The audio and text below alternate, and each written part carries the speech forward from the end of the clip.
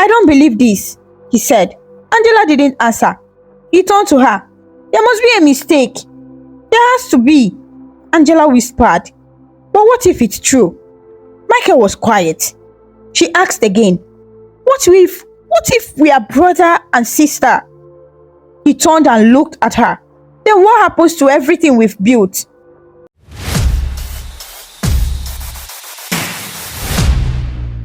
It was a cold, rainy morning in Enugu. The kind of morning where the sun looked angry and the streets were soaked before the sun even came out. In the middle of the rain, a small baby boy cried beside the entrance of St. Mark's Mission House. He was wrapped in an old towel, shaking and hungry.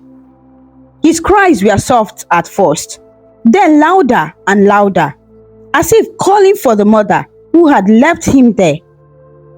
A nun, Sister Mary, heard the sound. She rushed outside with her umbrella and saw the baby lying there, alone and helpless. She gasped, picked him up, and rushed back inside the building. The baby was no more than 2 months old.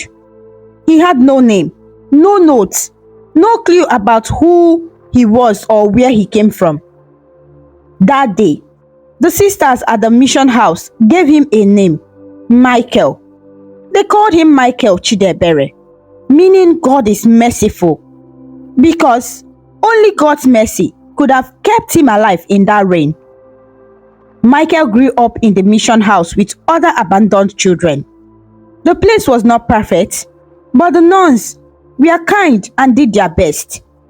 Michael was a quiet child, always watching, always thinking. He liked to sit near the small church inside the compound and listen to the sound of the piano. During evening prayers, he didn't know why, but music always calmed him down. When he was about 6 years old, something changed. A couple from Lagos came to adopt a child. They were looking for a baby girl, but their eyes fell on Michael. The woman, Mrs. Peters, was touched by the way Michael held her hand when she passed by. Her husband, Mr. Peters, was unsure at first, but agreed after seeing how quietly intelligent the boy was. They took Michael home with them. That was the day Michael left Enugu. Life in Lagos was different. Mr. and Mrs. Peters were not rich, but they lived in a small 2-bedroom apartment in Surulere. Mr. Peters was a tailor, and his wife sold provisions. They didn't have children of their own, so they poured all their love into Michael. They enrolled him in a nearby school and they raised him like their own child. Michael missed the mission house sometimes, especially the music and the quiet. But he also enjoyed the new life. He studied hard, helped his parents in the shop, and grew into a respectful, responsible young man. The only thing he never had was a true answer about where he came from. His parents told him he was adopted, and Michael accepted it. He didn't ask too many questions. He believed life had given him another chance, and he was determined to make the most of it. By the time he turned 20, Mr. Peters passed away after a brief illness. Michael was heartbroken. He stayed strong for his mother, helping with the shop and working part-time jobs. He later got admission into the University of Lagos to study architecture. It wasn't easy balancing school and home, but Michael had always been a fighter. He graduated with honors, got a job in a reputable architecture firm, and continued supporting his mother until she passed away too. Just before he turned 30, Michael was left alone again. But he had learned how to survive, and he never stopped wondering, who were my real parents? Why did they leave me? Meanwhile, far away in the same city of Enugu, though in a different part, another child was going through a similar story. Angela. She was about 4 years old then, when her life changed forever. Her family lived in a poor neighborhood in Coal Camp, Enugu. Her father was a bus driver. Her mother sold roasted corn by the roadside. They were struggling, but they had love in their small home. One day, Chaos broke out in the area. It was during a political protest that turned violent. Angry youths were burning tires, breaking shops, and attacking houses. People were running in all directions. Angela's father had gone out to work. Her mother, trying to escape the madness, carried Angela on her back while holding her baby brother. As they tried to run through a small bush path, something happened. Her mother tripped and fell hard. The baby brother hit his head on a rock. The mother screamed, blood pouring from the baby's head. In the confusion, Angela's mother told her to run to safety while she tended to the injured baby. Angela obeyed. She ran. She kept running until she found herself at a bus park, tired and crying. She waited there, hoping her mother would come. She didn't. Day turned to night, and no one came for her. A kind bus driver saw her and took her to the police station. From there, she was moved to the Hope for Children orphanage in Enugu. Days passed, then weeks. No one came to ask for her. Her name was registered as Angela. The rest was left blank. Angela grew up in the orphanage, confused and sad. The other children became her new siblings. The caregivers did their best, but Angela always felt a hole in her heart. She missed her mother. She never stopped wondering if her mother had survived. Sometimes, she had dreams of her mother's voice calling her, but she could never see her face. When Angela turned 7, a couple from Lagos visited the orphanage. They were pastors from a Pentecostal church and had been praying for a child. They met Angela and fell in love with her immediately. Her quiet nature and big eyes touched everything in them. They took her home to Lagos. Angela's new home was in Festac Town. It was calm and clean. Her adoptive parents treated her well and raised her in the church. They didn't tell her about her past, only that she was left at the police station.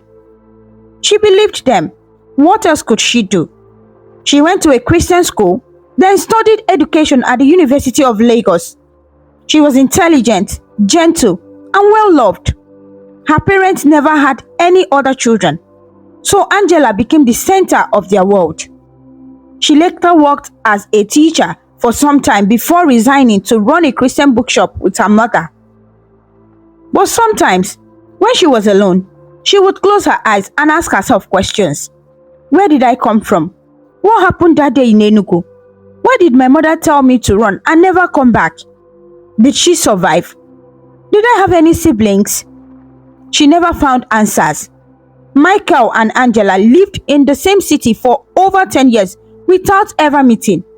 They went to the same market sometimes. They passed each other in traffic. They might have even been at the same mall once or twice, but fate had not joined their paths yet.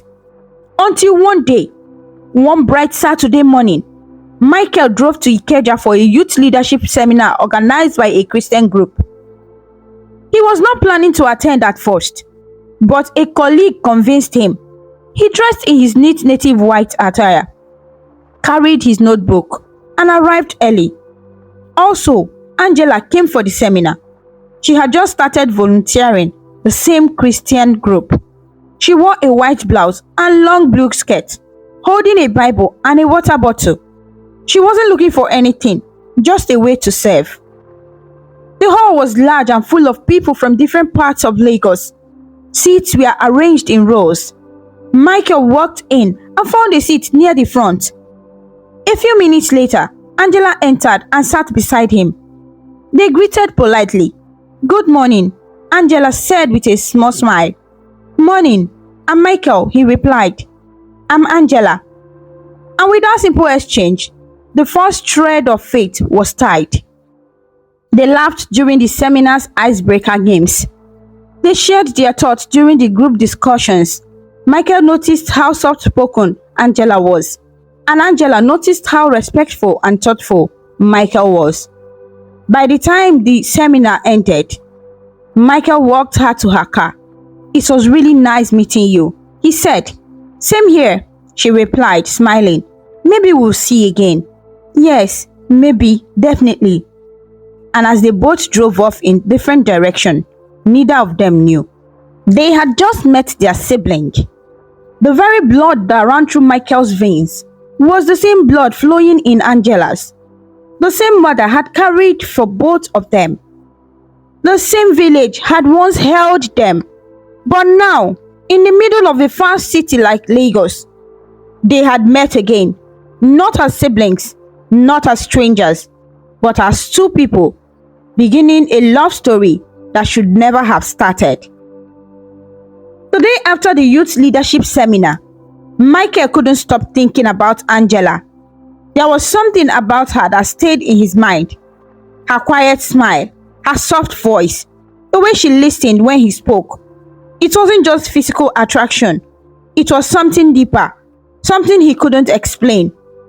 Angela too felt the same. She had met many men before, but there was something about Michael that made her feel calm and safe.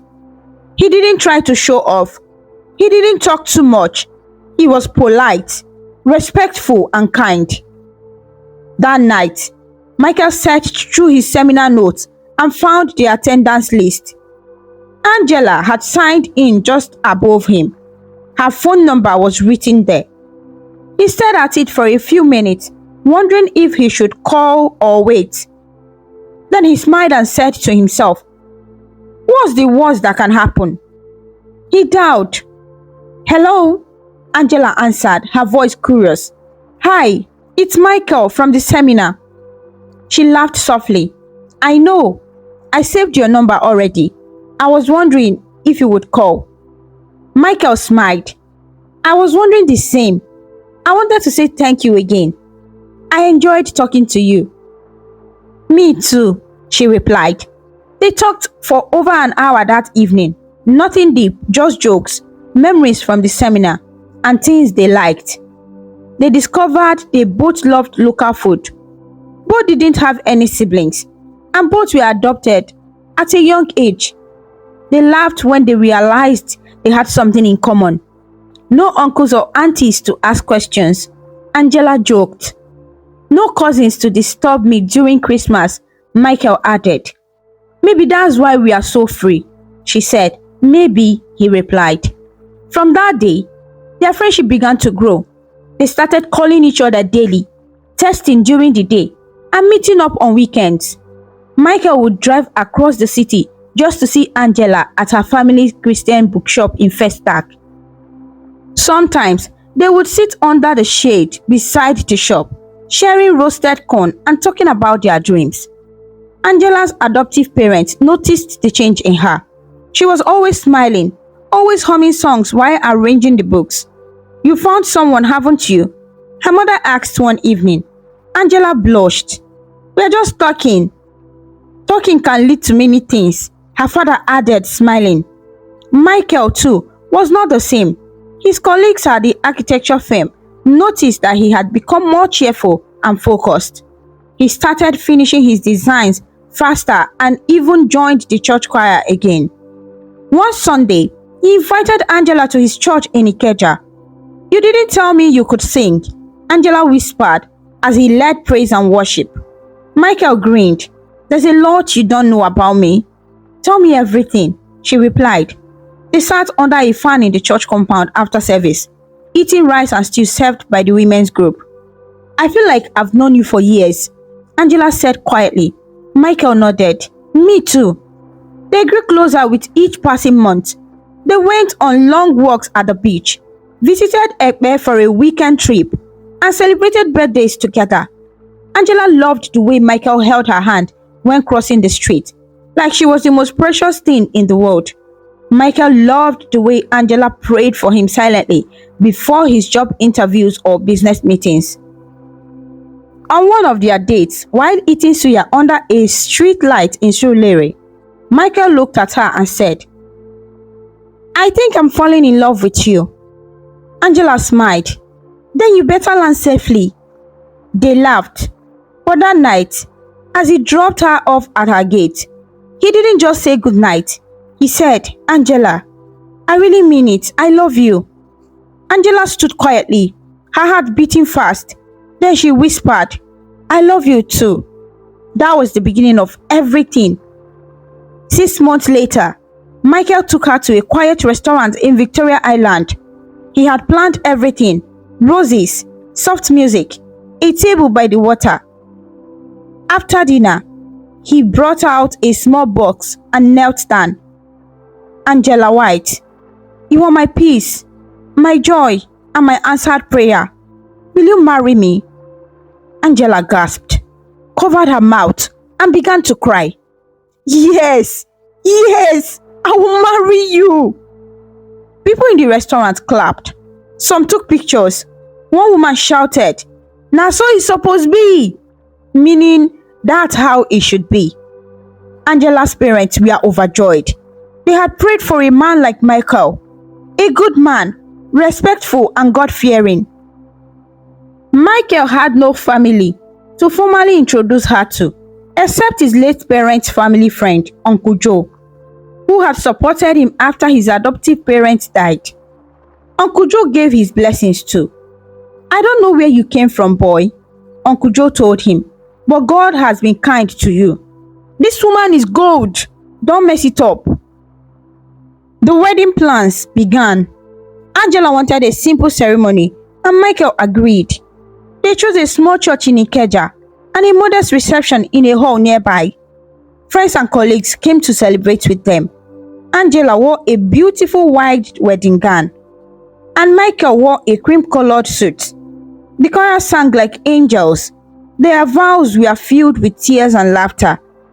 "I promise to love you even when we don't have money for shawarma," Michael said, making everyone laugh. "I promise to be your peace when the world gets too loud," Angela replied, wiping tears from his cheek. They danced, they ate, they laughed. Everything felt perfect. That night, as they sat together in their small hotel room, tired but happy, Angela leaned on his shoulder. "Do you think God brought us together because we have no family to disturb us?" she asked. Michael looked at her and smiled. "Maybe, or maybe. Because he knew we needed each other more than anything." And from that moment on, they became one. Husband and wife. Soulmates. Two people with no idea that the same blood ran through their veins. They moved into a small 2-bedroom flat in the Aja, built their home with love and laughter. Michael continued working hard at his firm. Angela supported him and ran her own small bookshop. Their evenings were filled with laughter, prayers, and late-night conversations on the balcony. And as the months passed, they began dreaming of children. The first year of Michael and Angela's marriage was filled with peace, laughter, and small beautiful moments. Every morning, Michael would wake up and stare at his wife's face for a few seconds before kissing her forehead. Angela would always giggle and say, "You've seen me for 1 year now, and I'm still that beautiful." And Michael would always reply, "Even more beautiful than yesterday." Their love was not loud or flashy. It was quiet, strong, and full of friendship. They prayed together, planned their future together, and supported each other with joy. Not long after their first wedding anniversary, Angela missed her period. She didn't want to raise Michael's hopes too fast, so she kept it to herself for a few days. But when she started waking up to throw up and craved boiled yam and honey, something she had never liked before, she knew it was time. That evening, after dinner, she walked into the sitting room with a small white envelope. "What's that?" Michael asked, sipping his orange juice. She handed it to him with a shy smile. Michael opened the envelope. Inside was a hospital pregnancy result. He froze. Then he looked up at her, eyes wide. "Angela, are you serious?" Angela nodded, already tearing up. "Yes, we are going to have a baby." Michael jumped up and hugged her tightly. "Thank you, Jesus. Oh my God, I'm going to be a father." They danced in the middle of the living room that night. Michael didn't sleep. He lay awake, rubbing his wife's stomach gently, whispering prayers over the baby he hadn't even seen yet. Pregnancy was not easy for Angela. The first 3 months were tough. She was always tired, sleepy, and emotional. Sometimes she would cry because the bathroom light was too bright or because the soup didn't taste the same. Michael was patient. He read pregnancy books. He watched YouTube videos on how to support pregnant women. He bought her vitamins, rubbed her back every night, and sat with her during antenatal visits. Angela couldn't believe how lucky she was. "This man is not from this world," she would say. 9 months later, after 12 hours of painful labor, Angela gave birth to a baby girl. They named her Lucy Chiamaka Peters. She had Michael's eyes and Angela's nose. Her cry was strong, and her skin was soft and dark like her mother's. When Michael held her for the first time, he wept like a baby. "I'm holding my daughter. My daughter," he kept whispering. Angela was exhausted but happy. Seeing Michael hold Lucy made her heart swell with love. When they brought Lucy home, the house changed. It was no longer just a quiet flat. It became a home filled with baby cries, soft lullabies, and the smell of baby lotion. Angela stopped working at the bookshop so she could focus on motherhood. At first, she thought she would miss working, but when she looked into Lucy's eyes, held her tiny hands, and felt her heartbeat during breastfeeding, she knew she was exactly where she needed to be. Michael, on the other hand, began thinking about the future. He loved his job at the architecture firm, but he wanted more control over his time, more freedom to be with his family.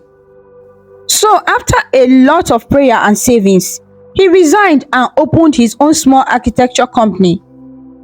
He called it Chidiebere Designs, after the name the mission house had given him. Angela was touched when he told her, "It reminds me that God has always been merciful to me," Michael said, "even when I had no one." Angela held his hand. "And now you do." Starting the business was not easy. Michael worked late into the night, met with clients all over Lagos, and sometimes came home too tired to talk. But Angela supported him. She kept the house warm, the meals ready, and Lucy happy. Some nights, Michael would sneak into the nursery just to watch Lucy sleep. "See what we made," he would whisper. Within 2 years, the business began to grow. Michael got bigger clients, completed his first shopping complex design, and was interviewed by a local magazine as one of Lagos' rising architects. His face was even used in a billboard ad for a construction company. Angela was so proud of him. Every time someone in the neighborhood pointed at the billboard, she would smile and say, "That's my husband." Life felt good. Too good, almost. Then one evening, as they were watching TV and Angela was feeding Lucy pap, she looked at Michael and said, "I think Lucy should have a sibling soon." Michael turned to her. "Are you serious?" Angela nodded. "I miss being pregnant." Michael laughed. "You cried every day." And Angela smiled. "And I will do it again." 6 months later, she was pregnant with their second child. This time, things were smoother. She had more energy and less morning sickness. Lucy, now almost 3, would touch her mommy's stomach and say, "Baby is in there?" Angela would nod, "Yes, sweetie." Michael would place Lucy's tiny hand on her stomach and whisper, "Tell baby we are waiting." Months later, Angela gave birth to a baby boy. They named him Nathan Michael Peters. Michael was there in the delivery room when the nurse placed Nathan in his arms. He felt something shift inside him. "Thank you, God. I don't deserve this," he whispered. Nathan was calm, unlike Lucy. He rarely cried, always smiled, and liked to grab onto his father's bed. Lucy was a doting big sister. She would bring diapers, hold Nathan's feeding bottle, and sing made-up songs to him. Angela decided to remain a full-time mother for the time being. "It's the most important job I've ever had," she would say. Their home was always full of joy. On Sunday afternoons, The whole family would sit in the living room. Lucy and Nathan would crawl on the floor. Angela would braid Lucy's hair, and Michael would draw sketches on the dining table. Sometimes, they would dress in matching Ankara outfits and go to church looking like a magazine family. Even their neighbors admired them. "That man loves his wife too much," one woman said. "Na Angela lucky pass so," another one replied.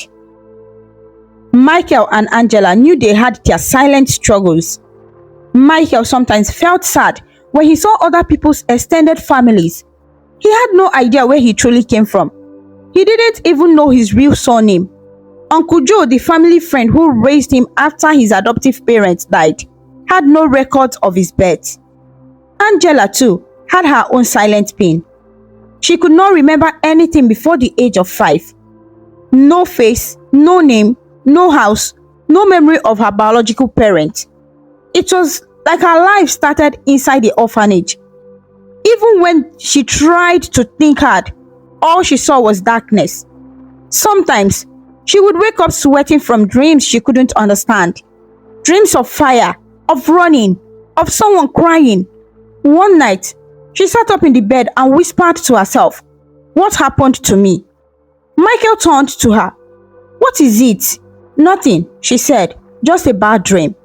He held her. "You are safe now." Angela didn't talk about it often, but the feeling stayed with her. That question, "Why can't I remember anything before age 5?" Every time she looked at Lucy, she wondered what kind of a mother her own had been. Did she have her mother's eyes? Did she have siblings? Did someone out there miss her? She never told Michael, but she sometimes searched online, trying to find orphanage records from Enugu. She even considered visiting one day, but something always held her back. Fear, maybe, or the fear of finding out something she didn't want to know. Still, she couldn't deny the feeling in her chest. Something is missing. And though she had a husband who adored her and 2 beautiful children, that emptiness quietly remained like a whisper behind her smile. It had been almost 4 years since Nathan was born, and Michael and Angela's family looked complete. Their flat in Aja was now a lively home. Lucy, now 6 years old, was in primary school and loved reading storybooks. Nathan, their quiet boy, had started talking and asking funny questions. Angela was enjoying motherhood more than ever. Her days were busy with school runs, cooking, and reading bedtime stories.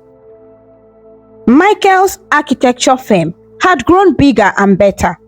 He had 2 staff now, and they handled both private and commercial projects. God had been good to them.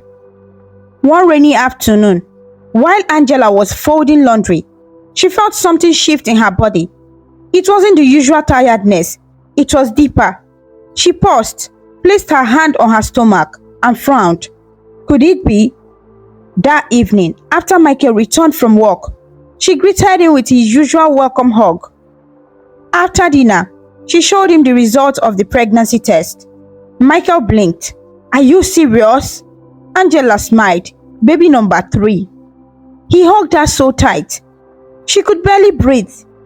"God is just decorating our lives," he said happily. Angela laughed. "As long as he gives us strength." The pregnancy was smooth at first. Angela had already been through it twice, so she knew what to expect. Michael was more relaxed this time. He still helped with house chores, played with Lucy and Nathan, and gave Angela soft massage at night. Their lives were in perfect rhythm. In her 6th month, Angela had a strange dream. She was walking in a burning village, barefoot, carrying a baby in one arm and leading a child with the other. The smoke made her eyes water. She heard someone shouting her name, but she couldn't see the face. She looked down and realized the child she was holding had Michael's eyes. She woke up sweating. Michael sat up beside her. "What is it again?" Angela shook her head. Same type of dream, running, crying, Smoke. Michael wiped her face with his handkerchief. It's just pregnancy stress, Angie. You will be fine. But Angela's heart was not at rest. The rest of the pregnancy passed with no major issues. In her 9th month, on a quiet Thursday morning, her water broke. Michael rushed her to the hospital. Lucy and Nathan were sent to stay with Angela's best friend, Linda. After hours of labor, Angela gave birth to a baby boy. They named him David Chukwuemeka Peters. But this time, something was different. David didn't cry immediately. The doctors took him aside. Angela panicked. Why is he quiet? Michael was pacing up and down. A nurse came to calm him down. Minutes later, the cry finally came, but it sounded weak. The doctor walked in with a serious face. He's alive, but there are some complications, he said. Angela sat up. What do you mean? He has low blood count, very low.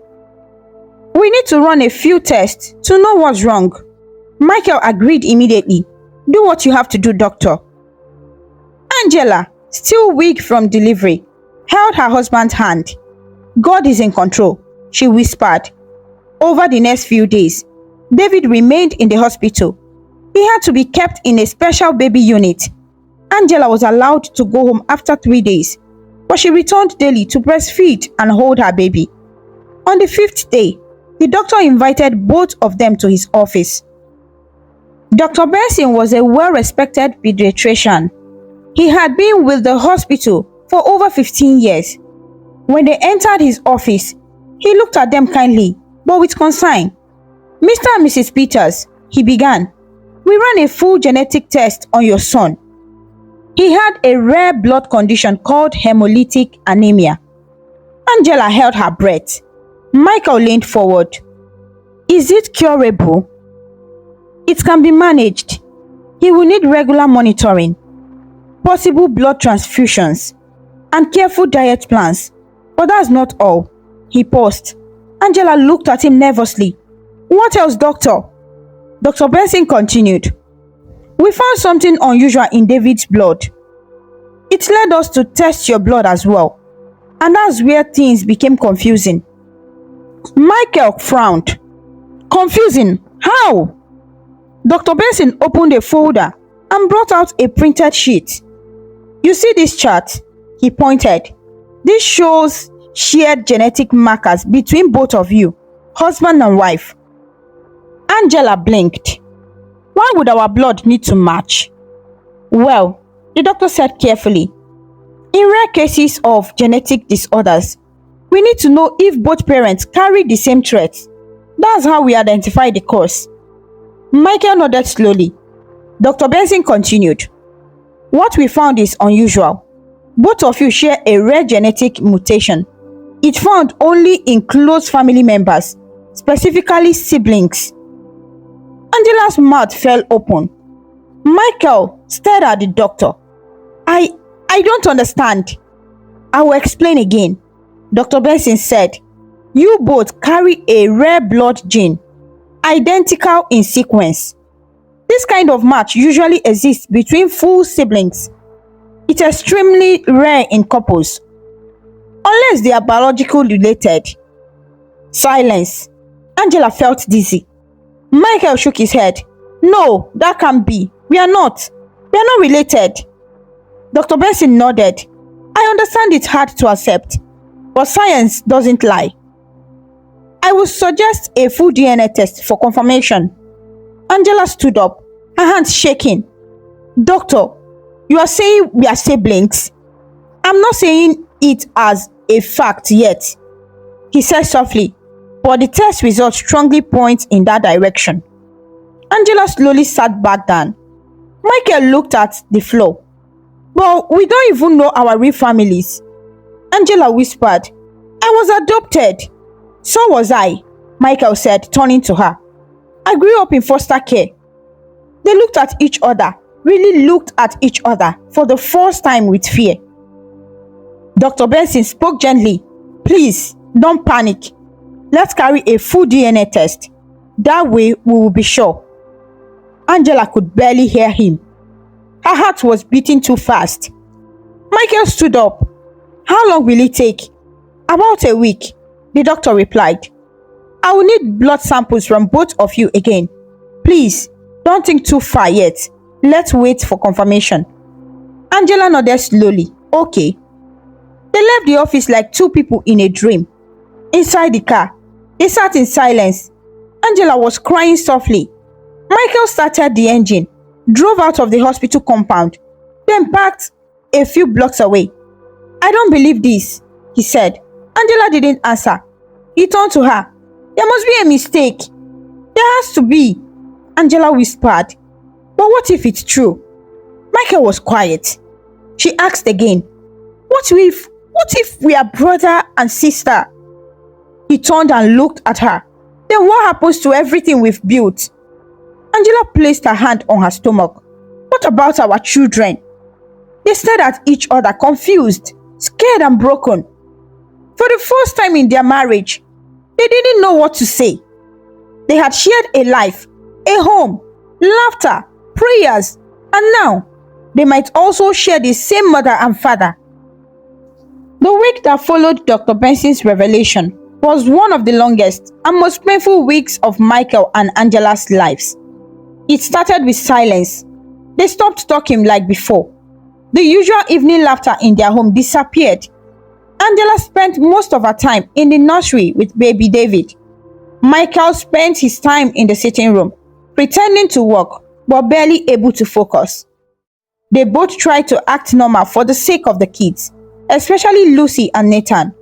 But behind their smiles was deep confusion and fear. Angela couldn't sleep. At night, she lay beside Michael, staring at the ceiling, thinking. Her chest would rise and fall with panic. Sometimes, she would tiptoe to the bathroom just to cry quietly so that Michael wouldn't hear. Michael was also drowning inside. He couldn't pray. He couldn't eat properly. He started reading every article online about DNA, genetic mutations, and adoption mistakes. He wanted to believe the test was wrong, that there was another explanation, but nothing gave him peace. He remembered something Uncle Joe once said during his university graduation.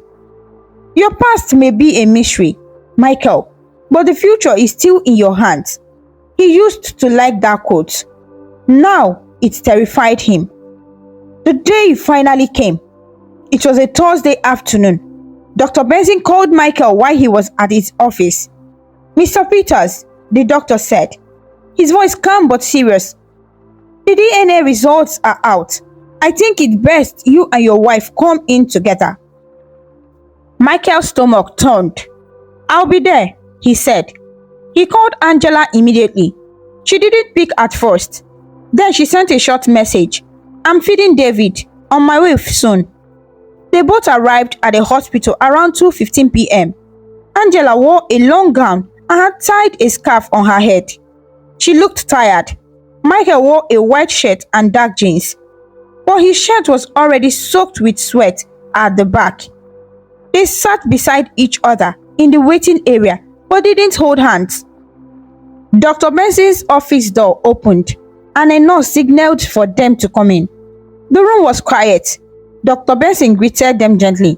Good afternoon. Please sit. They sat. He looked at them for a while, as if searching for the right words. He cleared his throat, took out a large brown envelope, and placed it on the table. I'll go straight to the point, he said. We ran the first DNA test as planned. Then we ran a second one, just to be sure, and a third test again using different labs. Angela's heart was racing. Michael leaned forward and Dr. Benson opened the folder and brought out 3 papers. He looked at them in the eye. There is no easy way to say this, he said quietly. You two are closely related, very closely. All 3 DNA test results confirmed it. You are full siblings. Silence. The air in the room felt heavy. Angela stared at him, mouth slightly open. Michael blinked slowly. I don't understand. Dr. Benson placed the papers in front of them. "Look here," he said, pointing to the highlighted sections. "You share almost identical DNA markers, more than what cousins or half-siblings would have.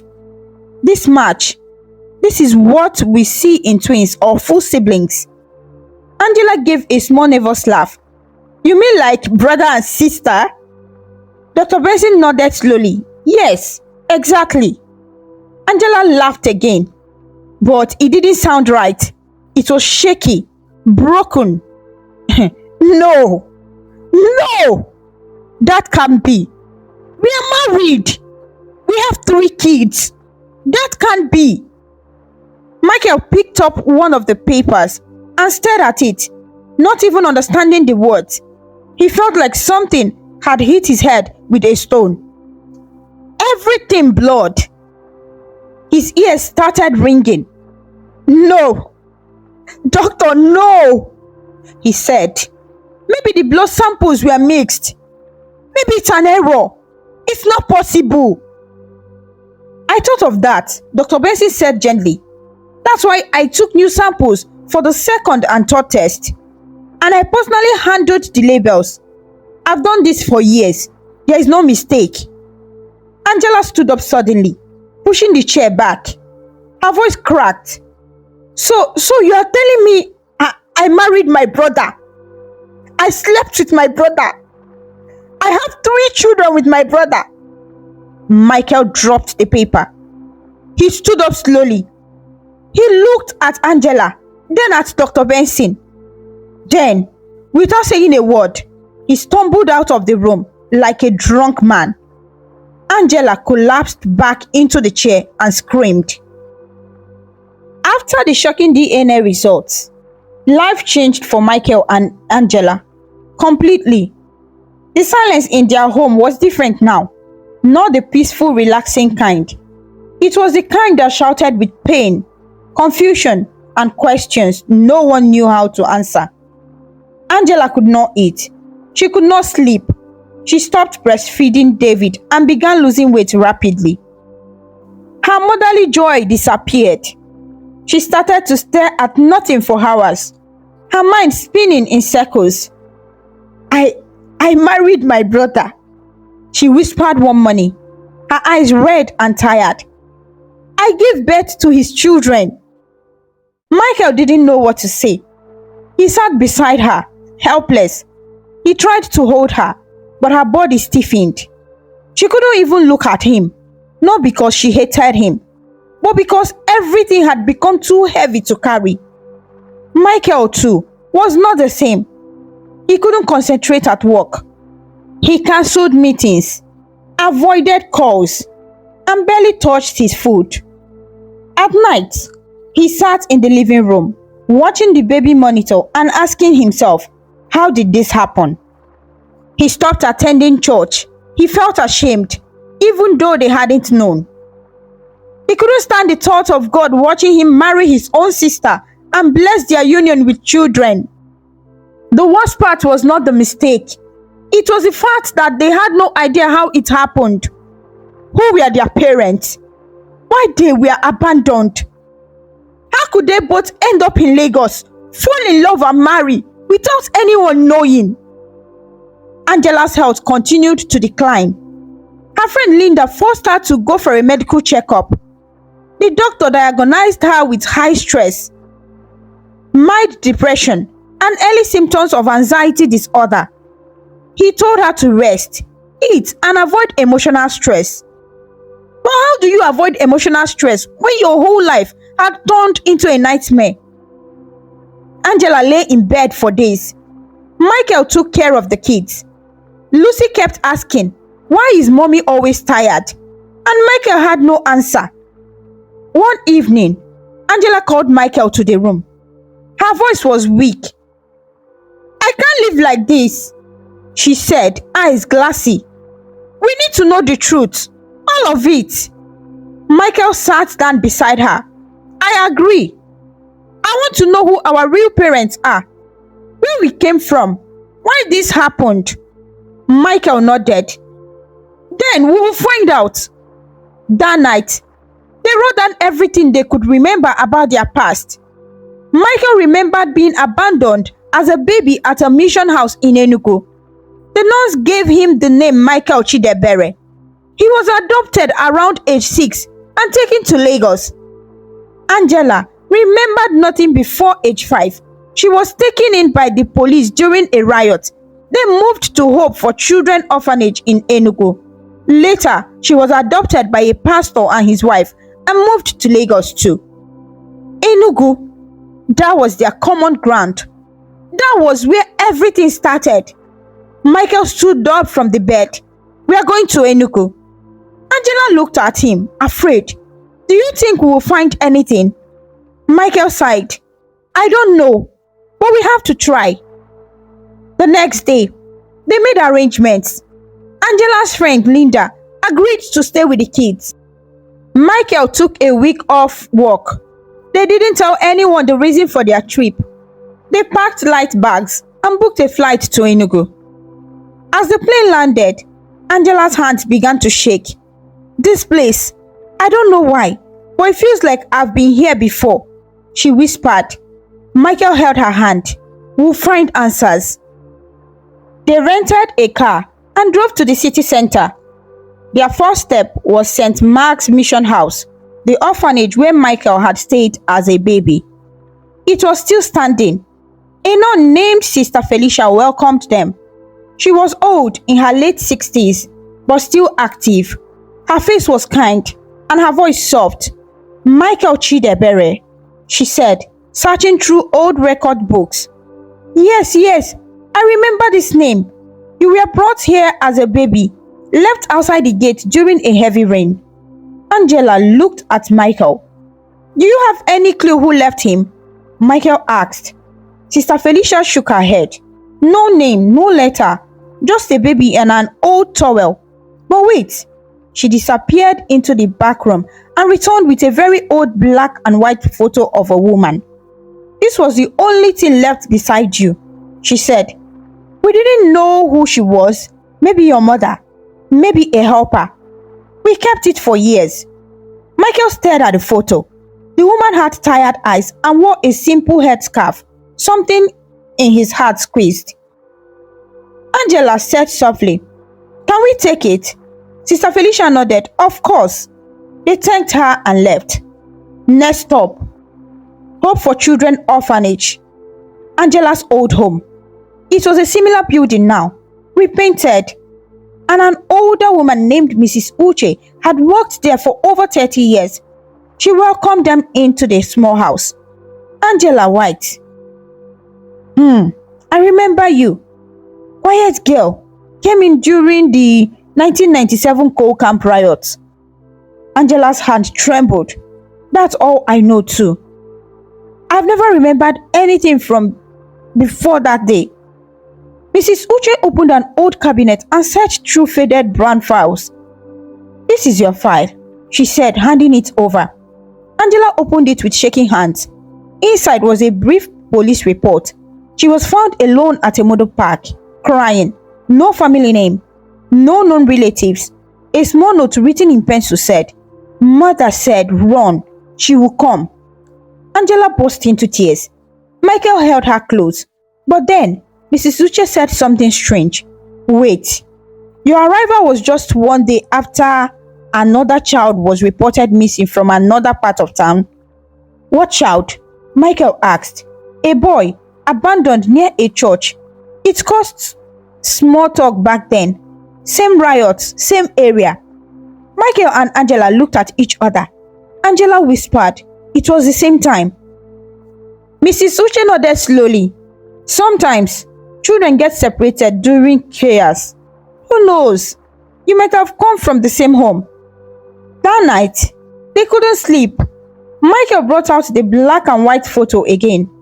Angela stared at it. "I feel like I've seen this face before," she whispered. "Where? I don't know, but it feels familiar." They stayed in a small hotel at the edge of town. The next day, they went to the local police station to see if there were any old files from the riot. Most documents were gone. but an officer there told them about a retired social worker named Detective Judith who used to handle missing child cases. She still lives around here. He said, try her. They found her in a quiet bungalow in a small town called Ababa. Detective Judith was in her 70s but still sharp. Her eyes were clear and her memory strong. After hearing their story, she was silent for a long time. You two were separated during that riot. She said finally, I handled both cases.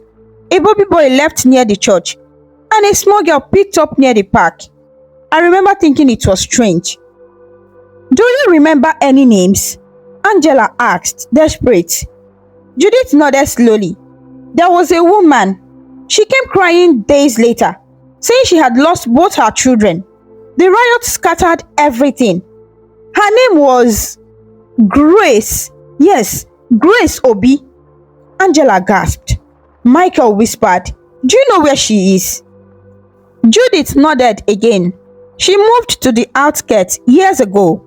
I think she's still alive. Can you take us to her? Michael added.